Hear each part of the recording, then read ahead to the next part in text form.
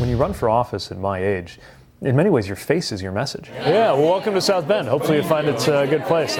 South Bend, Indiana Mayor Pete Buttigieg knows at 37 years old, he's a long shot for the White House. But he's been a long shot before. I think the industrial Midwest is ground zero for that. He ran for mayor at 29 in a place Newsweek labeled a dying city. He won, and he's on his second term. All right, what we got here? But is America ready for a little-known mayor who'd be the youngest president yet? It's a fair question, and I think we have a pretty good answer. The question of age was resolved by the founders in the Constitution.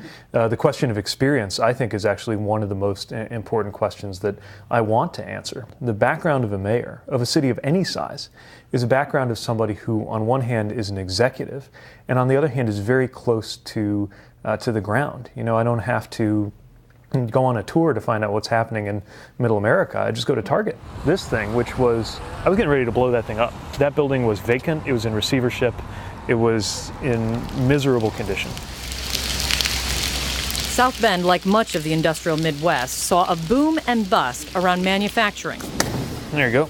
Here, the most powerful symbol of that is the Studebaker auto plant, shuttered and sitting vacant since the 1960s. And now there's a code school here. They teach middle schoolers coding. It's super cool. We were honest about the fact that nothing ever resembling, for example, the Studebaker car company was ever going to come back to this city. That wasn't coming back, but we were. Buttigieg says that is exactly the message of change Democrats need for 2020. If we look like we're the protectors of the old order, if we look like we're here to restore normalcy, whatever that means, then in a way, we're committing the same sin of the Trump campaign, which is to tell people to look for greatness in the wrong places. You know Chastity? You guys met? Hey, nice to see you. Good to see you. Another major change in the race for the White House that the mayor brings, he would be the first gay president if he won.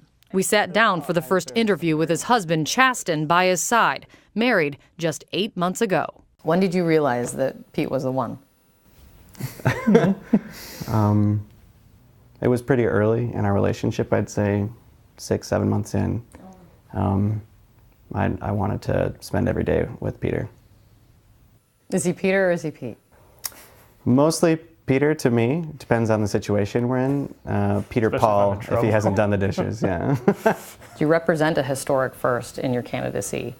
How much do you want to define the campaign? Being gay is part of who I am, and I'm aware of what it represents to be that kind of first elected official to try to do this, who's out. Ultimately, I want to be evaluated based on the ideas that I bring to the table. It's kind of like being mayor. You know, if I'm plowing the snow and filling in potholes, then I'm a good mayor, and if we fail to do that, I'm not. And it's got almost nothing to do with, you know, whether when I come home it's to a husband or to a wife.